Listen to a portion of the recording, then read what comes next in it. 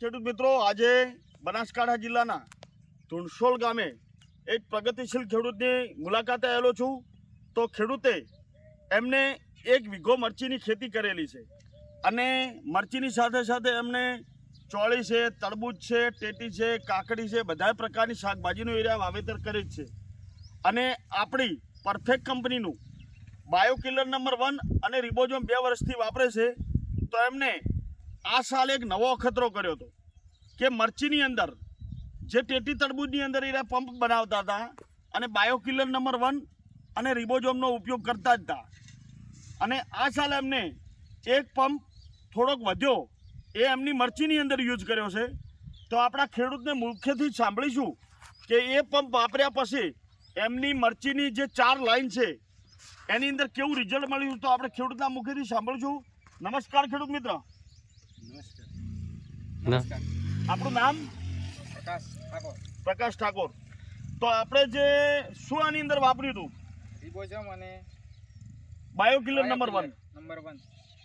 તો તમે જે તમારી અંદર ડુંગળીની અંદર ટેટી તરબૂચની અંદર વાપરતા હતા અને કેટલી લાઈનની અંદર તમે આનો યુઝ કર્યો રિબોઝોમ અને બાયોકિલર નંબર 1 નો? 3 લાઈનની અંદર. 3 લાઈનની અંદર એમને યુઝ કર્યો છે. તો એ 3 લાઈન તમારી અલગ પડે છે કે પેલા જેવી જ છે? અલગ પડે. અલગ પડે છે. કઈ રીતે અલગ પડે છે?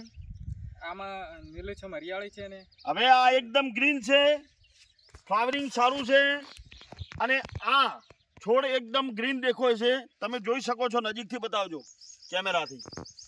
આ છોડ એકદમ ગ્રીન અને નજીકથી સારી ક્વોલિટીમાં દેખાઈ રહ્યા છે. હવે આને નાખ્યાને મિનિમમ આજે 3 દિવસ 7-8 દિવસ થયા છે.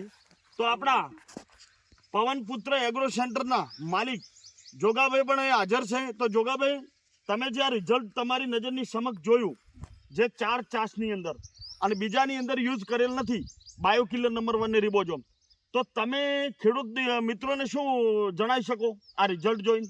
આ બાયોકિલર અને રિબોઝોમના સ્પ્રે કર્યા પછી કોકડવા બિલકુલ 100% નથી. એકદમ ગ્રીનરી રિબોઝોમથી નવી ફ્રૂટ અને ગ્રીનરી સારી છે. બરાબર. જે નથી વાપરેલી એ પણ જોઈ લો. અને જે નથી વાપર્યું એ પણ તમે જોઈ શકો છો. આ 4 છોડ એક મિનિટ આ બાજુ રાખો. આ 1, 2, આ 3 અને આ બાજુ નથી વાપરેલું એ પણ તમે જોઈ શકો છો. એકદમ કોકડવા છે અને બિલકુલ મરચા કાળા પડી ગયેલા છે. આ મરચા કાળા દેખાઈ રહ્યા છે અને પેલા મરચા એકદમ ગ્રીન દેખાઈ રહ્યા છે. આપ જોઈ શકો છો નજરની સમક્ષ. તો હવે ખેડૂત મિત્રો, આપણો કિંમતી ટાઈમ લઈ અને આજની ફિલ્ડ વિઝિટની અંદર મને જે સોશિયલ મીડિયાના માધ્યમથી જે માહિતી આપી એ બદલ દિલથી આભાર. જય જવાન, જય કિસાન.